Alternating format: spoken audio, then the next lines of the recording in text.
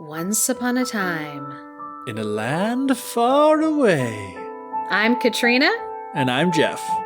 And welcome to the Fairy Tellers podcast. Myth, legend, folklore, fable. We explore what they say about cultures then and now. Grab a hot cup of cocoa and a comfy seat while we retell you a thing.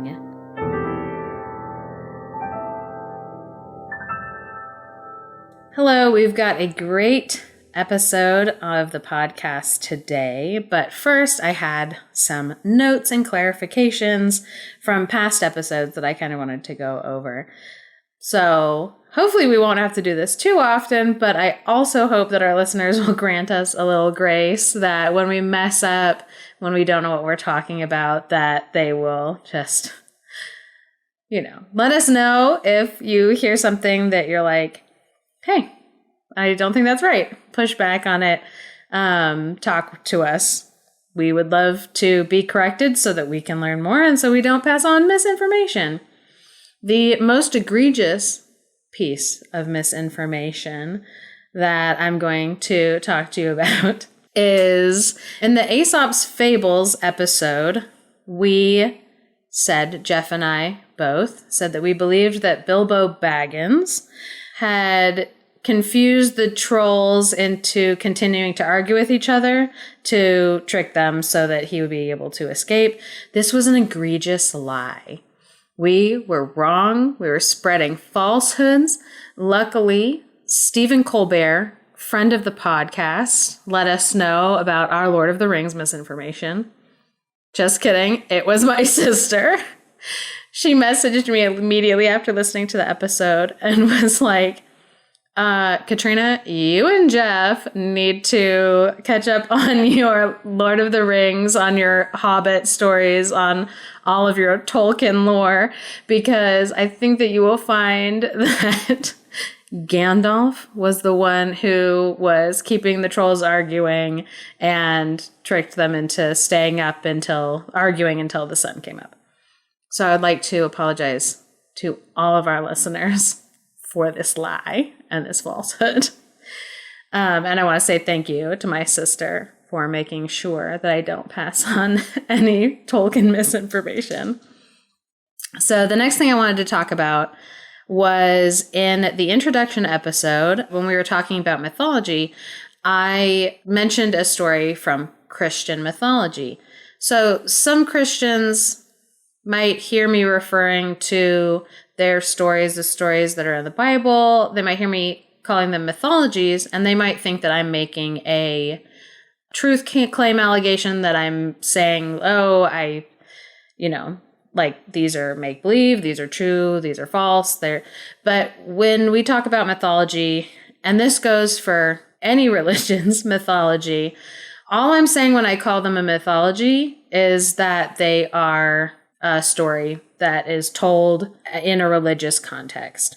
So like we covered in the introduction episode, it's a story that usually there's supernatural people, gods is the word that is most often used. And it's describing them creating things, how the universe was created, how all of this works, where we're going in the afterlife, all of that, all of those things is mythology. And so whether you're a Christian, a pagan, Hindu, Buddhist, anything else, and I'm telling your stories, I'm not making a judgment call on the validity of the stories or of the religion. So hopefully nobody was too taken aback when I mentioned Christianity and their stories as a mythology. Because again, not making a claim on the validity of the stories. So the third thing that I just wanted to make note of before we kind of get into the meat of this next episode is in the introduction episode, I said that fables had to have talking animals. And that is not true. The most important part of a fable is the moral lesson, the clear moral lesson that is being taught. And thus we see, and just the end part, like that's stuck on, especially when we talked about Aesop's Fables. So in the episode of Aesop's Fables, people who are listening might have, heard tales that did not involve talking animals. The Oak and the Reeds that Geoff retold. That's an Aesop fable, clear moral at the end, 0 talking animals. The confusion and the complication is that there are lots of folk tales that have been written with talking animals as the main characters, and in several different languages and throughout time, those stories have been called fables because they've included talking animals. And so, again, like we discussed in the introduction episode, all of the terms have a lot of overlap. They're this weird Venn diagram of terms that overlap each other and have exceptions within the exceptions, and it's all kind of a big mess. But a fable does not have to have talking animals. A fable, the most important part, is the moral. And you will see stories that have talking animals in further podcasts that would not be considered fables, but they actually might get labeled as fables in the stories that they're published in and the books that they're published in. So a little confusing. So hopefully those notes cleared everything up. If you do hear anything that we say that you want to push back against, by all means, please message us on Facebook, on Instagram. We would love to hear anybody's feedback, and we are totally cool with being corrected or to search deeper into the things that we say so that we can make sure what we're saying is correct. But thanks to our listeners for any patience in any of our personal foibles that we have.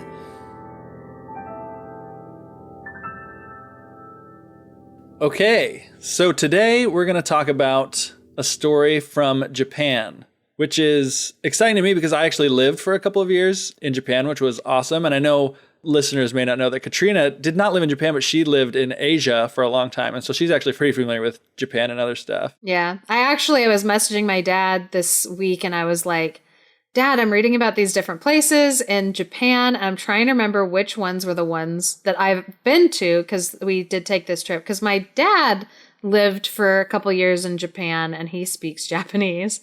And so when we were living in Asia, he took us on a trip to Japan because he wanted to show us around and show us different places. And he also wanted to see how they've changed. And so we went to just a bunch of old castles. And so I was kind of oh, while I'm reading about these fairy tales, in Japan, I'm just imagining these castles. So it was funny because I was messaging him about Japan and he was happy to go down memory lane. Yeah, that's awesome. And I was really excited. I mean, when we started doing this podcast, I was like, okay, I want to learn about some Japanese fairy tales just because it's a place that I, know and love. And it's I don't know very much about their fairy tales and what it's like.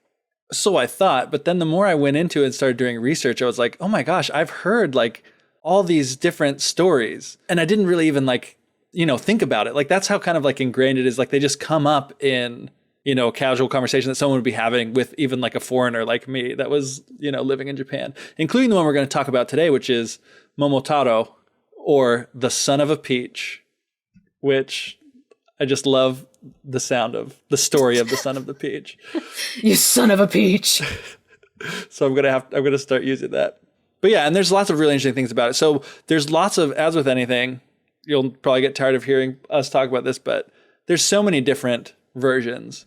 And the version that I kind of chose to base mine off of is one that was written or recorded down by Yae Theodora Ozaki, who's a really fascinating person we'll talk about later. But I wanted to put the caveat in there that I'm doing her version because she was kind of known for adding her own embellishments and flair. So the general story's still there, but she added a lot of interesting details, which is one of the reasons why I wanted to use it for the retelling because there's a lot more to go off of. So there's that. But here we go.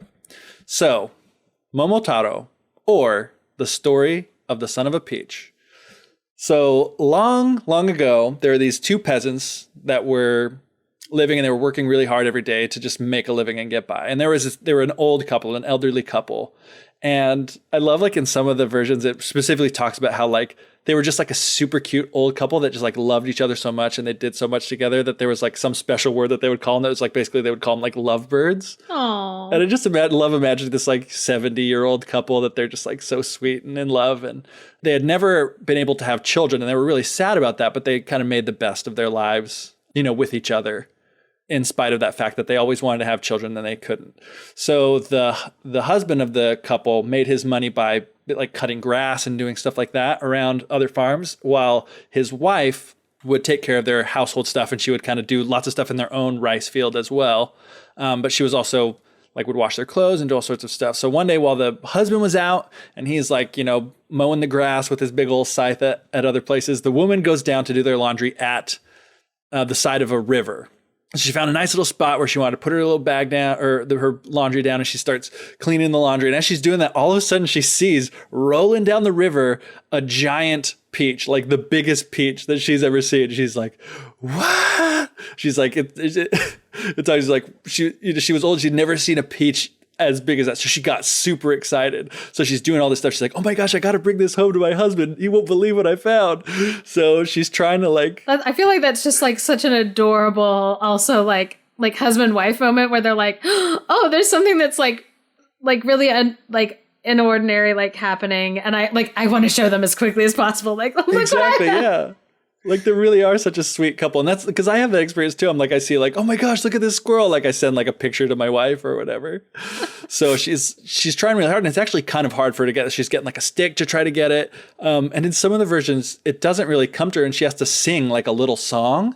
Oh. And as soon as she sings this little song and like is like clapping, then the peach kind of comes to a rest in front of her. So she brings it and she gets the peach and she brings it home, and like all the way home she's just super excited, like, oh my gosh, my husband's gonna be so surprised when he sees this peach. And she couldn't go back to work, you know, she was like so excited, so she kind of just abandoned her clothes and went back. It's the little things in life. Exactly. So she goes home and she's like waiting for her husband, but because she gave up on her like chores, like he was still out working, he had no idea. So she's like waiting there for a long time.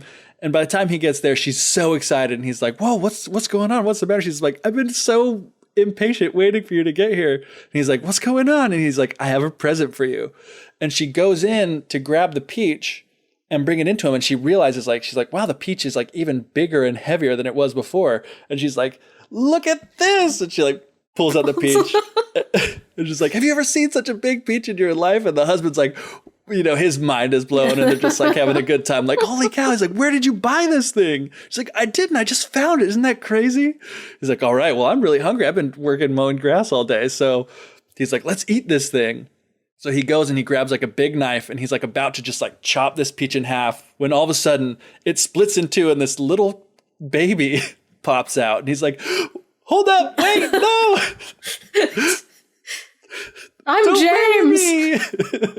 Yeah, James and the giant peach. No, but there was a baby inside the peach, and they were like even more excited because not only did they get this giant peach, but they had gotten a child, which they've always wanted. Yeah. Interesting side note, in some versions of this, there's not the boy in the peach, but they eat the peach and she is then able to like conceive a child after that. Yeah. But either way, I like the story where he actually pops out of the peach. Me too. So they name him Momotaro. Momo means peach, and then Taro is like a really common name or like a part of a name for like a firstborn son. So it's the son of a peach. And so now they're like living a great life because they've got a kid that they've always wanted. And this kid is like amazing. He like grows really fast. He gets really strong. He's like taller and stronger than all the other kids his age. And he's just so well behaved. And he's like brave, and he's like just the embodiment of all these great, you know, qualities that they would want in a kid. And so one day the kid comes to me, he's like, hey, I love you guys so much. Thank you. You know, there's one thing I want you to do for me. And the adoptive father is like, yeah, whatever it is. He's like, I want you to let me go away. And he's like, what? Go away? Okay, yeah, but what are you going to do? And he's like, well, I heard about this island where there are all these demons or Oni that live on this island. And, you know, they're like horrible. They're coming in and they take our land, they steal our food, they do all this stuff. And I've even heard that they eat people. And like, worst of all, they're disloyal to the emperor and don't obey his laws. That is the worst. The worst. So I'm going to go. I love that it's like eating people, but then worst of all, they're disloyal to the emperor. Exactly. You need to straighten out your priorities. So, and then he's like, you know what? I'm going to go there. And then if I find any treasure or whatever, I'm going to bring that back to us. And so the old man's surprised, but he's like, okay, yeah, do whatever you want. And there's like some disagreement again between the stories about how old he was at this time, but they're saying that he's like in his late teens, like not late teens, like 15, 16 years old. Yeah. And so, you know, he tells the mother and they're like, okay, we're going to let you go. But here's this big, as you know, grandmas are wont to do, like they, both the grandpa and the grandma make this big, well, I guess mom and dad adopted, but old man and old woman. Yes, they're in that generation. I understand. They go in and they make him these dumplings that he can have on his trip. So he sets out on his journey with these dumplings that they've made for him. And they're like, you know, holding each other and waving teary-eyed as he goes off on his adventure. And as he starts going out, all of a sudden this dog pops out and he's like, hey, what's going on? Why are you coming through here? And he's like, well, I'm on my way for an adventure. And the dog's kind of giving him a little sass, like, hey, well, how can you walk through my territory without even greeting me? And he's like, wait, don't you know who I am? I'm Momotaro. And he's like, what? Wait, you're Momotaro? Because apparently, like, even all the animals in Japan have heard how great this kid is. Yeah. And he's like, I've heard of your great strength. He's like, I'm sorry that, you know, if I knew it was you, I wouldn't have been so rude. He's like, do you mind if I come with you on your adventure? And he's like, yeah, sure, come along. And he like feeds him one of his dumplings and they start going on the way. A little while longer, as they're walking down the road, a monkey climbs down out of the tree and he's kind of friendly. He's like, hey, what's up? I heard that you were going on an adventure. Do you mind if I come with you? And at this point, like the dog is like kind of defensive. He's like, what? You know, we don't want you to come along. He's like very protective. It's like, no, Momotaro's like my friend. He's not your friend. He doesn't need any new friends. Getting a little jealous. Like, I just found this kid. He's mine now. Like, exactly. And the monkey's like, well, you know what? Like, I could help you along because I've got all these skills. And Momotaro's like, well, do you really want to come? We're going to the island of the devils. And he's like, yeah, I do. I'll do anything to help you. And he's like, you know what? I admire your courage. Here's one of my dumplings. You can come along with us. So the monkey comes along and the author makes a point of talking about how the monkey and the dog are like just fighting and bickering the whole time. Yeah. So that he has to like separate them. So like the dog has to go in front and the monkey has to go behind. Mostly because the dog is kind of like a punk, but they were, and it says it's like, you know, the monkey and the dog were fighting just like monkeys and dogs do. Like everybody knows. Monkeys and dogs always fighting. It's like, it's a cultural thing, I guess. We don't have monkeys here, so it's hard to... Yeah, like in America, it's hard to be like, wait, are these constantly warring factions of the animal kingdom? Like, it's like, but it's not too hard to even to see, too. It's like, you know, monkey, dog, I could totally see how they would be, you know, at each other. I've seen a squirrel just teasing a dog before, so I can only imagine, like, a monkey just torturing a dog. Definitely. So they go along. The monkey and the dog separated so there can be some peace.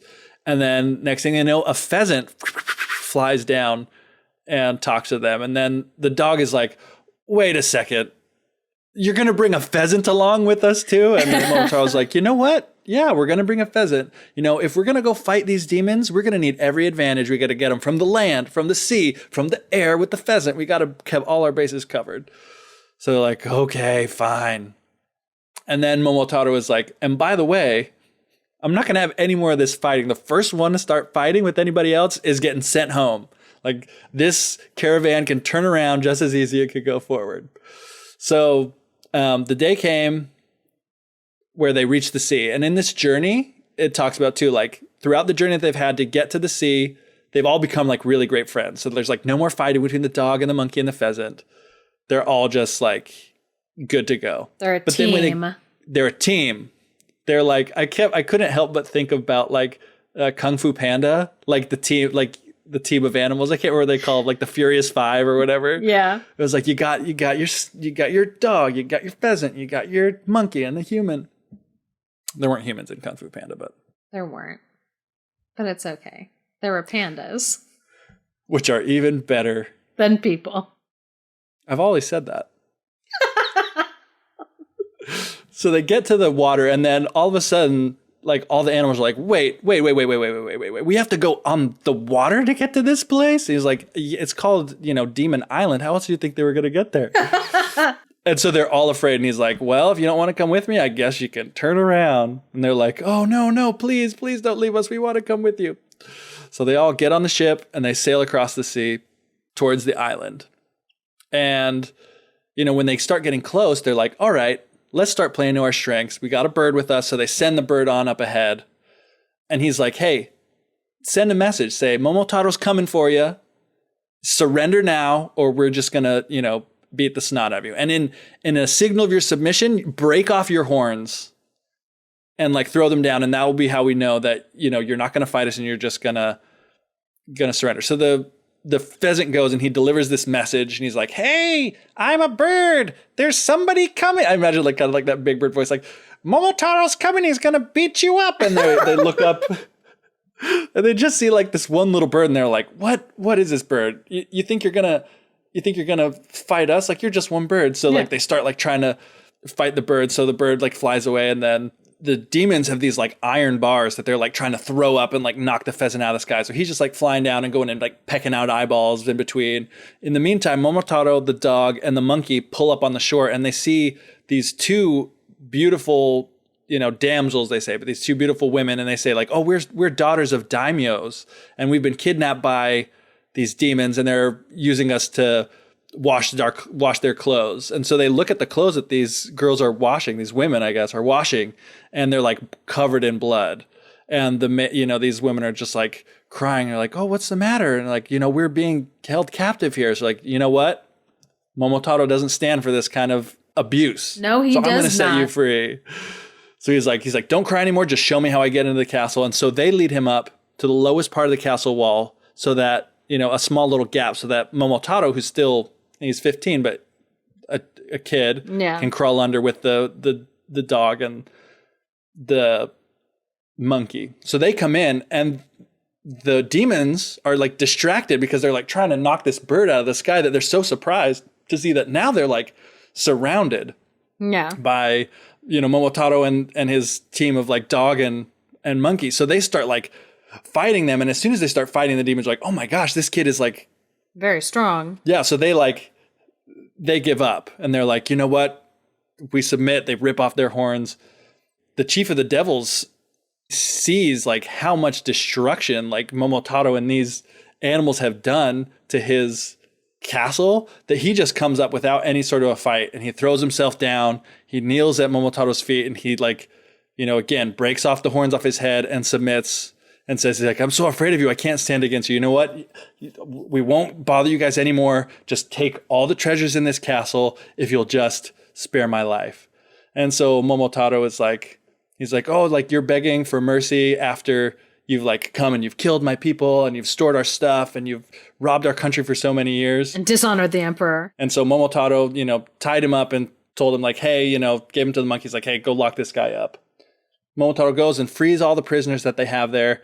And then together with all the people, they load up the treasure from the castle. And he goes back home and he's like a huge hero for having gone and conquered the demons. And with that treasure that he's brought, he's able to have a really good life of peace and plenty for him and his adoptive parents for the rest of their days. Aww. The end. A happy ending.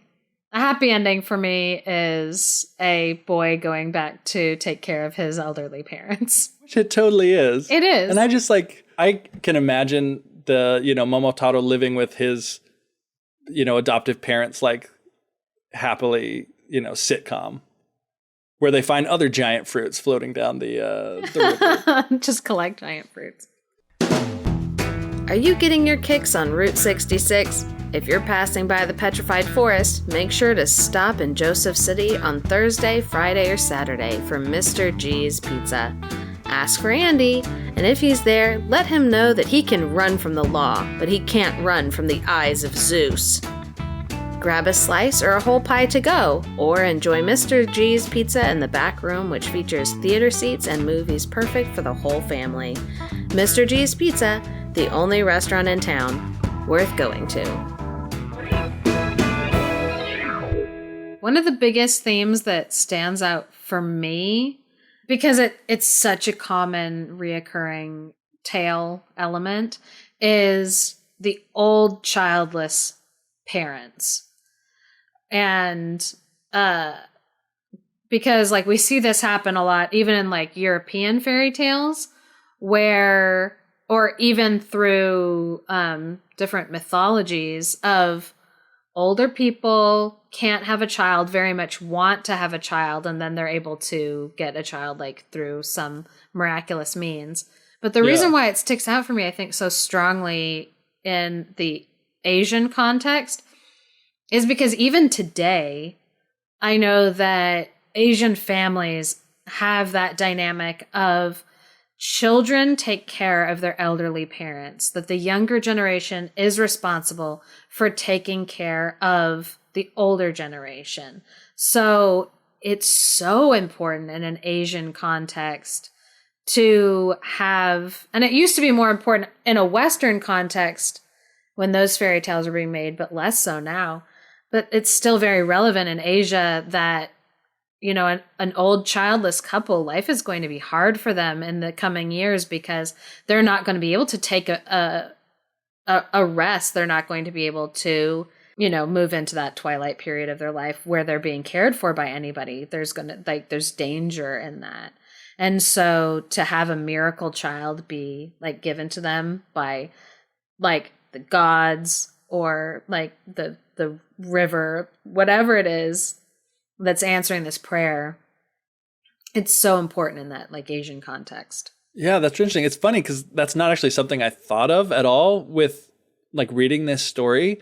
But, you know, having lived in Japan and seen that at work over and over and over again, it's like, it really is. You're spot on. That is something that's like a really big part of their culture that, like you said, in the West, or at least in America, has been somewhat lost. I mean, you think of nowadays, it's like really common, whether in a joking fashion or in like real life, where you talk about, you know, aging parents, like they go and they live at like a nursing home or whatever. It's like, it's more rare for them to come and live with the family. And it may be for a lot of reasons. It may not be something that's like that because they don't want them to or whatever. It's just, you know, life has gotten into a way that makes it impossible or whatever. But yeah, that is really interesting. And I haven't thought about the fact that that is something that's really common across other stories and other fairy tales. And yeah, no, I think one reason for me, like, it sticks out is because like I was like a childless couple, like for a long time, like struggling with infertility. And so I think maybe like I just like, I'm sensitive to that theme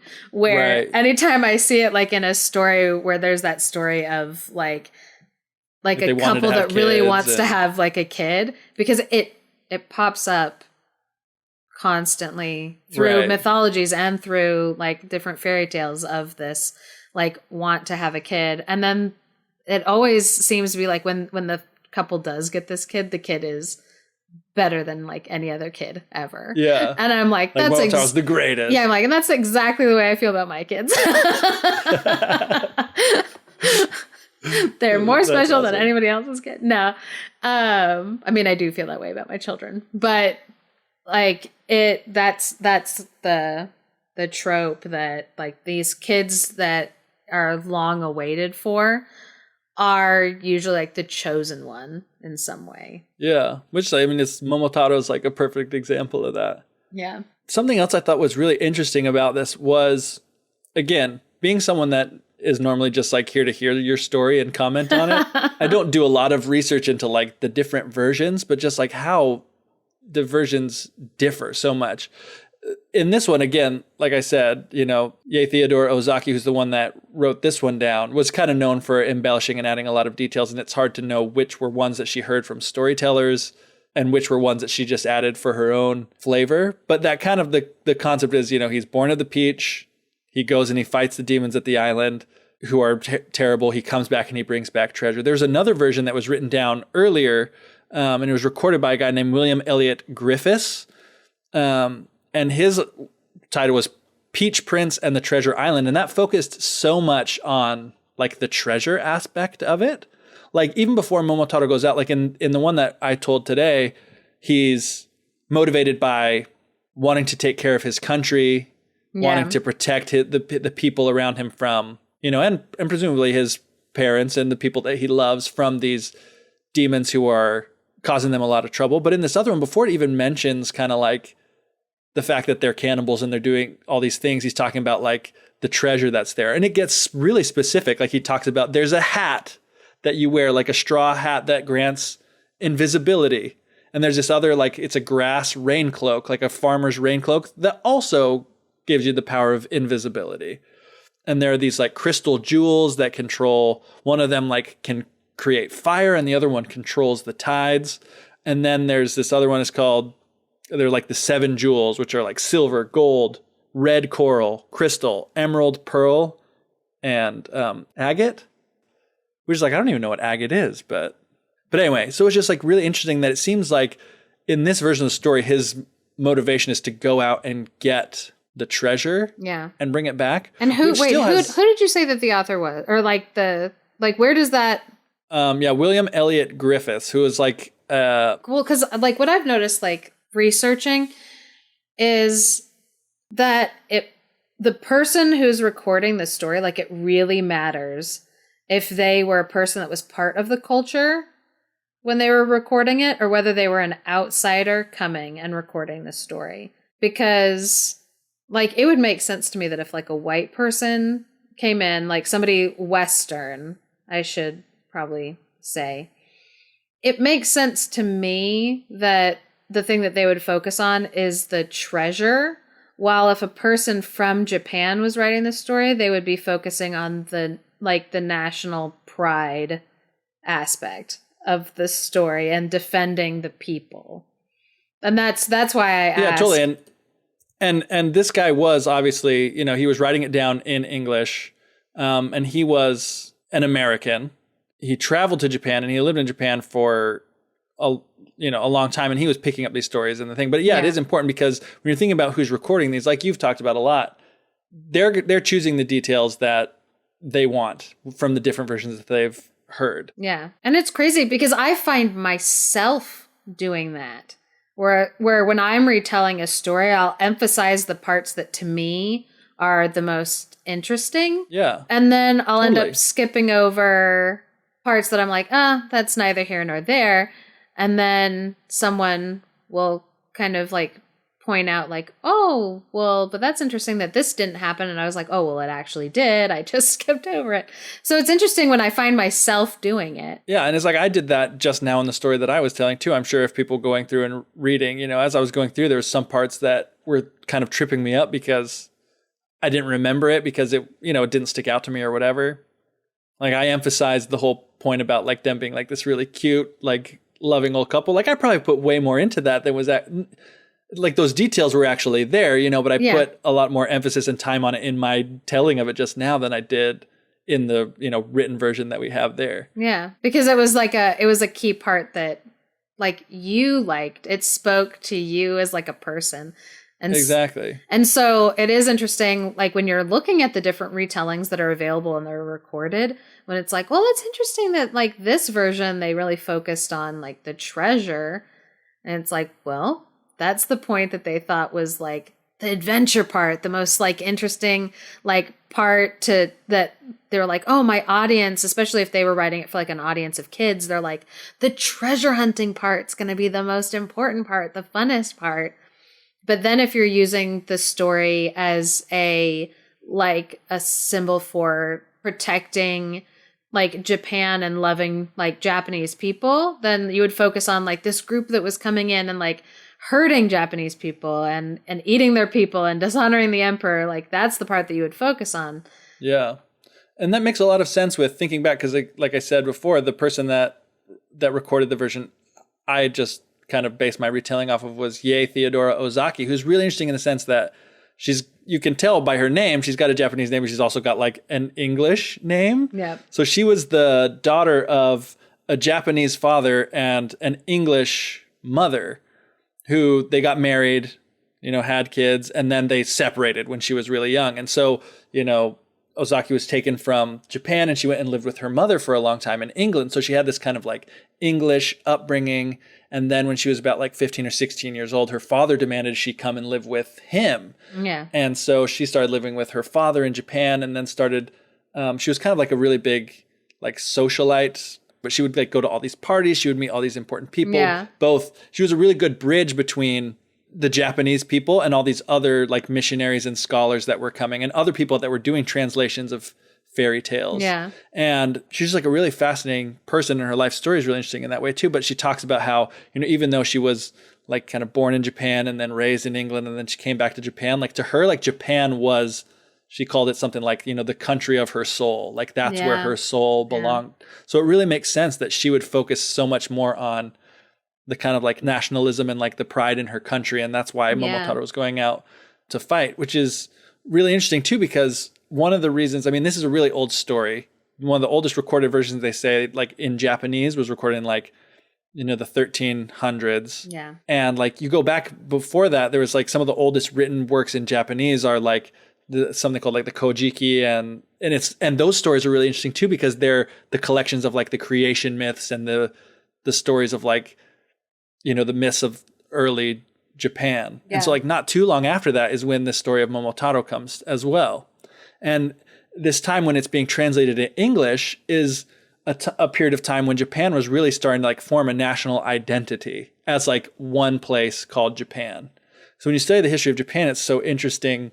Again, I'm not like a huge expert, and even having lived there doesn't make me so much of an expert, but I have like, I'm interested in it, so I read into it a little bit. But, for a long time, it was like all these, there's different pockets of people, kind of like in medieval England, where you've got, a leader in an area that has their like military forces. You think of like, in Europe, it was like a lord and the knights. And in Japan, it was like a daimyo or whoever, and the samurai that they would go out. And there was like just warring between each other for a long time. And it wasn't until there was, the shogunate and the military government that kind of like was like enforced through military strength, this united Japan. And then they started pushing things back over to the emperor being, the central figure and things around that. So, it was a time in Japan when these were being translated into English that this whole idea of a Japanese identity was really trying to be like solidified. So this was one of the stories that they would take, and it was like put into, in the late 1800s, early 1900s, it was used in schools. They put together these collections of these stories in schools that would be taught to school children throughout the entire country, so that they would have this common ground of stories that they would pull from, which is like, I feel like it's something that I experienced. Like we, in American schools growing up, we have like, American, very like Johnny Appleseed and, talking about, real people, but, Paul kind of like the legendary stories. Yeah. Paul Bunyan. Yeah. Like all these people that we can kind of gather around and have this national pride in, which is kind of cool. And I think it's not surprising that this is a story that would be foremost in people's minds at the time that it just so happened that a lot of English speakers were there and wanting to translate stories into English. There was another guy who's named Takajiro Hasegawa that published these versions of these stories that are very simplified, meaning them to be for children. And his original idea was he was seeing, with the meeting of the West and Japanese culture in Japan, there was this desire for people to learn English. So people were bringing, Western and other fairy tales written down in English and other stories that they could use to teach their children and other people how to read English. So he saw that and was like, oh, I'm going to make Japanese fairy tales that they're already familiar with, publish them in English so that then people can read. But it ended up actually being more popular, not as a native thing in Japan, but to export it throughout the world. So he went to World's Fairs in like Chicago and London and all these places, and they started publishing these and sending them out into the world. And they became like a really popular like collector's item to see like, well, look at these stories from, across the sea in Japan. Yeah, because especially like after a country is kind of like, they've heard all of their stories, like their familiar stories. They're like, okay, I know this one, I know this one. To then have another country's like stories come in, there's like an exoticism and just like the excitement of like new stories, themes that like we haven't looked at in a different way. Like it is more exciting to like read other people's stories you haven't heard yet. Yeah, definitely. And, I feel that way. That's one of the reasons why I was kind of excited to get into this. It was a place that I was familiar with and a culture I was familiar with and people that I like was somewhat familiar with from having lived over there. So it's like really exciting to be able to learn more about that culture that I already have an interest and love for through their stories. And I find it's really cool, like, no matter where the stories originate from, there will be differences and things we don't understand, but also you can still totally relate. Yeah. Again, it's going back to previous episodes about Aesop or whatever. Even though it's separated so far through time and life was so much different, there are certain things about, human nature that are so consistent. And it's just really cool to see, across culture, across time, It doesn't matter. People are people. And there are some things that we value, it seems, just as people, irrespective of country or, the time that we're born in, which is really cool and interesting. Yeah. I feel like studying other people's stories and like learning more about their stories that they're telling, relating them back to stories that you've told, like it humanizes, like it makes us humanize each other, even though we're like, oh, I've never heard your stories before. But once I hear your stories and I'm like, oh, that reminds me of this story that I have, like it creates this shared humanity. So, which I don't think like people can, underestimate the power of just how that can bring people together, like having shared stories together. Yeah. And I think it's one of those things we see now too in our culture today, like that I've noticed a lot is that, through streaming and stuff like that, we're able to see movies and TV shows from countries all over that was so much more difficult before. Yeah. Like right now, actually, my wife is obsessed with like Korean dramas. Yeah. And like Korean like soap operas. And she like watches those things like all the time. Like she would rather watch that than, something else. And it's just like, it's a really cool thing about the technology that we have these days. We're able to share these things with each other more and more. And like this big, big world starts feeling smaller and smaller. And we start feeling closer and closer to people that live on literally the other side of the planet from us. Yeah. Cause like last year there was like a K-pop band that's super, super popular that performed on SNL on Saturday Night Live. And watching that, I was like, this is amazing that there's enough of like an audience here in like the US that Saturday Night Live was like, oh, this is part of the zeitgeist. Like we need to have them on the show because like this is important. And yeah, it's like the age that we're living in now, we are able to share our media with each other. And the more that we understand the background of that like shared media, the better we'll understand the stories, but also like just the closer we'll feel to each other. Yeah. And it was really interesting too. Like you're normally like the researcher and knowledgeable one. And I still maintain that is true. But I was trying to do research on this about just like Japanese fairy tales in general and like folk tales and all this stuff. And it gets so complicated just because, again, like this is a culture that has had written stories for a lot longer than some that we might be familiar with, like in Western stuff. Like, you think of like, oh, Brothers Grimm, that was like the 1600s. Like they were writing stuff down in like 1,000 years before that. Yeah. In Asia. Like also what I've found with pretty much like every single country's fairy tales, that you'll have fairy tales. Then you're like, oh, I don't understand. Like, why did they use this symbolism? Like, why did they use this animal to represent this? Why did you? And so you go back further, you do more research, and then you end up with like older folk tales. Then you end up with mythologies and like the religions of the people. And then, by then, you're back thousands and thousands of years, and then things get muddy because of where were these people and how close was their influence to other like countries, or where did they come from? And so it is like, it's intense work to go back and study just even one individual country's fairy tales, because you end up getting sucked back through time. Yeah. And just spread out. Yeah. Like, there's just, you find so many directions to go with it. And it's like, in some ways I feel like I know less than I knew before. Yes. When I actually went into study, which is a great thing. It's like, they talk about the smartest people in a subject know that there's so much more that they don't know than they do know. Yeah. It's why somebody can be a scholar of one country. And that's like all that they have like devoted their life to. They're like, no, I'm devoted to Japanese studies and the history of Japan. And even they are like, I don't know everything about like Japanese history. There's just so much to know. There is. And like, you know, it goes back over just thousands and thousands of years of world history. So this was a story, Momotaro was a story that I was not familiar with at all when Geoff was like, oh, I'd be really interested to like tell this story and like talk about like Japanese fairy tales. I was like, I don't think I know Momotaro. Like I've never like heard this story. And when I started like to search it out, the two places that I like found this story and that I also was like, oh, I'm interested, because I'm sure I could have done like a Google search and gotten like an online version to just like read over like really quickly.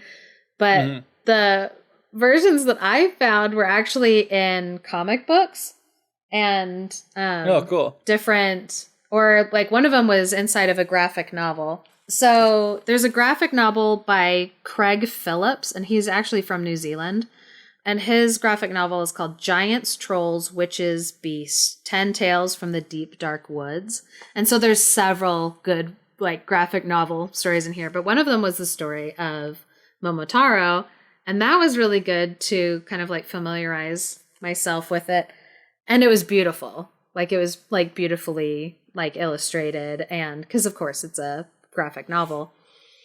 And so I thought it was interesting, too, being able to listen to you telling the story, Geoff, and seeing which parts he had included. And he had included most of the things that you were talking about. The only one that he didn't was the ladies, actually, that were the washerwomen that helped him sneak like into the back.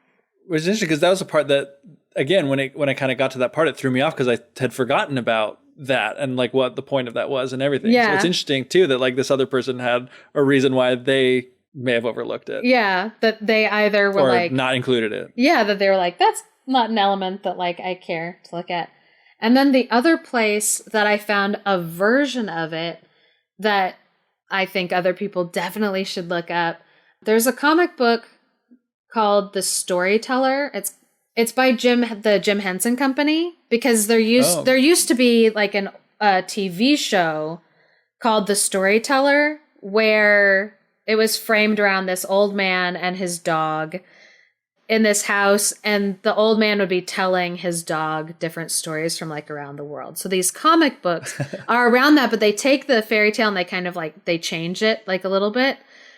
And so this comic book series, what they'll do is they'll get like 4 stories about giants or 4 stories about sirens or 4 stories about witches, and they'll publish it as first as individual comic books and then as like a graphic novel type thing where it's 4 stories inside of like one that people can look up and get. That's The Storytellers, and I read it in the Giants issue. This is what I was going to ask you, Geoff. Momotaro, is he giant? Like, is he big or is he small? Or is he a regular sized person? Because you said he was strong. Yeah. But I'm wondering about the size of him.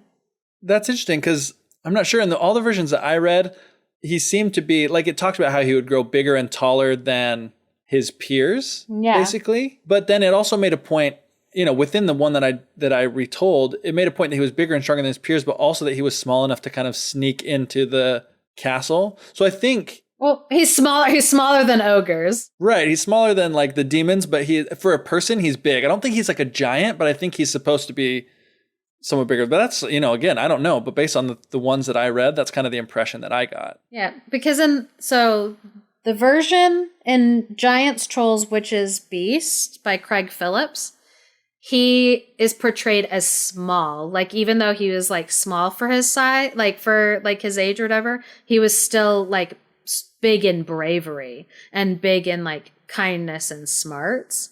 Yeah. But that his body was small. But then in The Storyteller, in the Giants edition, Connor Nolan, who illustrated that comic, he kind of says at the beginning of his edition that when he wanted to tell a story about a giant, he wanted to pick a nice giant, and that's why he picked Momotaro, because Momotaro was a gentle giant. And so I was kind of like, wait, so which is it? So I think that's interesting that just in different versions too, we see how people play with what they want to share, whether a person who's small can still be mighty, or whether a person who's like big and powerful can choose to use that for good. Yeah, totally. And again, like I said, in the things I came across, there was lots of different discrepancies about like again, how old he was when he came out of the peach, how old he was when he went out to go and fight. And just to, again, point people to some more research so they can read for themselves. Things that I read, like the Yae Theodora Ozaki collection is called the Japanese Fairy Book. And it's like in public domains, you can find scans on it. And it has a bunch of stories in there, including Momotaro, that you can read on about. There's a really good foreword to another collection that she did called Warriors of Japan that has a little section written about her and her husband. And it's like a really fascinating story that I only got into a little bit. And then I also did the William Elliott Griff's version, which is in a collection called The Japanese Fairy World. And that's the one that kind of focused on the treasure. And it has a bunch of other stories in there as well. And then you can also find scans going back to kind of the graphic nature you're talking about with the graphic novels. In the Takajiro Hasegawa versions, they have a lot of these really awesome illustrations that were done with like woodcut. You know, because like the ukiyo-e, like the Japanese woodcut is an art that goes back in Japan a long time. And it's really, really cool to see the illustrations that they've done. So you can find scans of Momotaro as its own little short collection in the Japanese fairy tale series. And you can see all of that. And it's just really cool. So I definitely encourage people to go out and read and learn more. And if you find out something really interesting and like something I said that I know was probably definitely wrong, like reach out to us, because this is something that I am really interested in. And I want to, learn more. That's kind of the whole reason why I'm happy to be on this podcast is learning and exploring. So I encourage you all to do the same. You've been listening to the Fairy Tellers podcast. If you enjoyed what you listened to, please leave us a review and share with your friends. For more fairy tale content, head over to thefairytellers.wordpress.com for lighthearted retellings, or follow us on Instagram for daily fairy tale memes at @thefairy_tellers, or even join the conversation on our Facebook page. Special thanks to Andrew Forey for our music and Clarice Inch for our artwork. May you have warm words on a cold evening, a full moon on a dark night, and a smooth road all the way to your door. An Irish blessing.